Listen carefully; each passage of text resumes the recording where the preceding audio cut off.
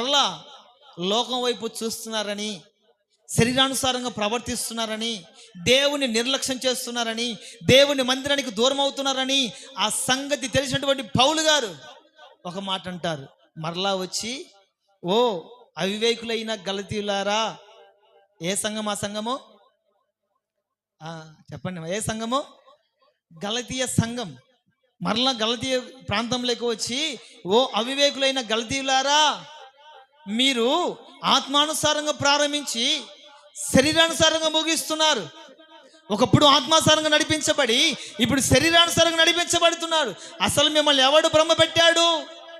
ఇదిగో మిమ్మల్ని బట్టే కదా నాకు మరలా ప్రసవ వేదన కలుగుతుంది, మిమ్మల్ని బట్టే కదా నాకు మరలా దుఃఖము కలుగుతుంది.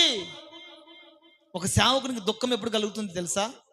ఒక వ్యక్తి రక్షించబడలేనప్పుడు, ఒక వ్యక్తికి ఎన్నిసార్లు వాక్యం బోధించినా, ఎన్నిసార్లు వాగ్దానాలు చూపించినా, ఎన్నిసార్లు వాక్యము చేత బలపరిచినా ఆ వ్యక్తిలో మార్పు కలగలేదంటే, ఆ వ్యక్తి ఇంకా నువ్వు రక్షించబడలేదు అంటే, ఆ వ్యక్తిలో ఇంకా మారు మనసు రాలేదు అంటే, ప్రతిరోజు కూడా సేవకునిలో దుఃఖం దుఃఖం దుఃఖం.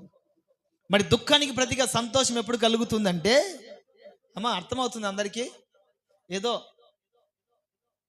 చెప్దాం, హల్లెలూయా. ఒక సేవకునికి దుఃఖం ఎప్పుడు కలుగుతుంది? అదో అర్థమైంది, ఇదే మీకు. ఎందుకు దుఃఖం కలుగుతుంది సేవకునికి?